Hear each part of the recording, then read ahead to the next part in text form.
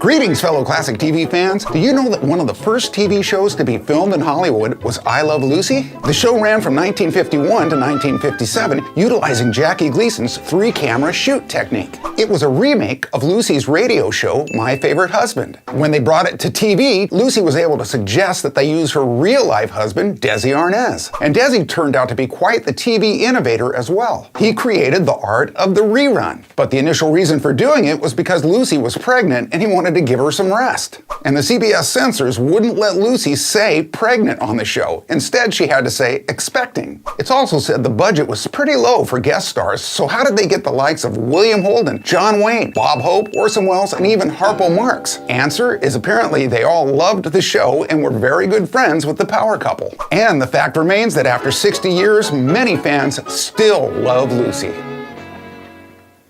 Greetings, fellow classic TV fans. The original Lost in Space utilized many scary alien monsters. Although a few were a bit on the cheesy side, many were quite well designed and downright terrifying. Their eerie sound effects, screams, and howls had a strong impact when mixed with the intense musical soundtrack of the great John Williams. That certain ones really spooked me as a young viewer, so here I've assembled my top 5 scariest ever. Number 5 was the Mossman creature with the glowing amber eyes from episode 36, titled The Android Machine. At number 4 was that two-headed seaweed monster from episode 12, The Raft. It was just perfectly alien. Number 3 was that menacing robotic crab-like thing from episode 10, entitled The Sky is Falling, oddly reminiscent of a canister vac. Number 2 was the green monster from episode 41 called A Visit to Hades. Tim Burton may have been inspired for his Mars Attacks aliens by this guy, but my number 1 scariest was that menacing mummy-like creature from episode 11, Wish Upon a Star. Dr. Smith got much more than he wished for on this one. Its featureless face and muffled moans were truly frightening. Well, as for Lost in Space, those are my top 5 scariest creatures. Let me know if you agree or disagree. Greetings, fellow classic TV fans. I loved the show The Green Hornet. He was played by actor Van Williams, who played Britt Reed, the dashing newspaper owner. Some thought it was just a ripoff of Batman, but in fact, it was conceived by the same folks that came up with the Lone Ranger. It's even said that he was depicted as a direct descendant of the Western hero. But where the Lone Ranger had Tonto, the Green Hornet had his trusty valet and driver, Kato. And most of you know that Kato was portrayed by martial arts legend Bruce Lee. Bruce once said he got the role because he was the only Asian actor that could pronounce Britt Reed. The two fought crime, driving their well-armed Black Beauty. The modified Chrysler was designed by the legendary Dean Jeffries. As an example of the real-life friendship between Van Williams and Bruce Lee, Williams went to bat against the producers, demanding that Bruce Lee have more screen time and more lines. Now that's what I call a true friendship.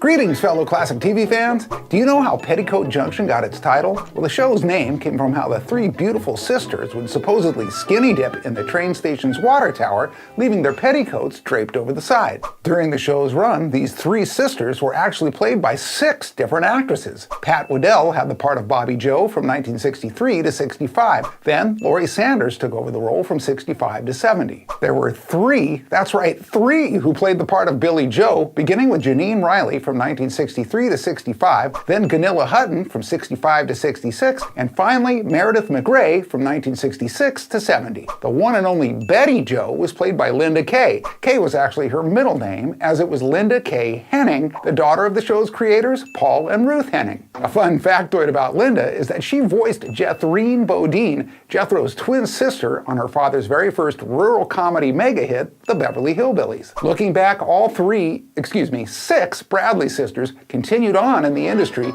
but not before leaving us some pretty fond memories at the Junction.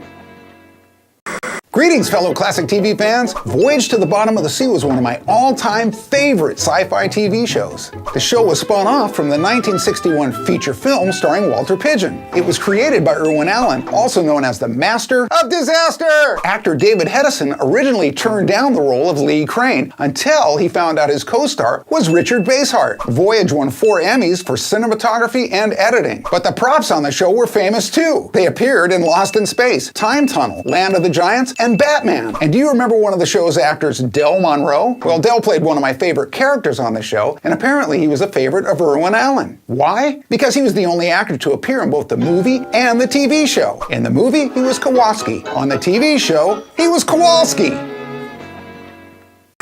Greetings, fellow classic TV fans. One of early television's most popular genres was the Western. By 1959, there were 30 on the air and 8 in the top 10. Here's my top 5 favorites of all time. Starting at number 5, it was The High Chaparral. The diverse cast and storyline made it perfectly unique for its time. And as for acting prowess, Cameron Mitchell as Uncle Buck and Henry Darrow as Manolito really stood out. Number 4 was Alias Smith and Jones, which was spun off the fake names that Butch Cassidy and the Sundance Kid actually used in the movie. I felt the chemistry of Pete Dooley and Ben Murphy really conveyed the magic of the outlaw buddy duo story to the small screen. My number 3 was The Wild Wild West, starring Robert Conrad. They successfully blended in sci-fi fantasy elements, making it a little like Star Trek meets James Bond in the 19th century. At number 2, The Rifleman. Mixed with a true-to-life, sometimes violent Old West, the deep drama based off the bond between a widowed father and son made it all really powerful. But my number 1 favorite was The Big Valley. With the acting talent of Barbara Stanwyck, Lee Majors, Richard Long, Linda Evans, and my all-time favorite TV cowboy, Peter Breck, this show taught me what the power of a great ensemble cast could do for a classic TV Western. By the early 70s, many of the classic TV Westerns simply rode off into the sunset, but never out of our memories.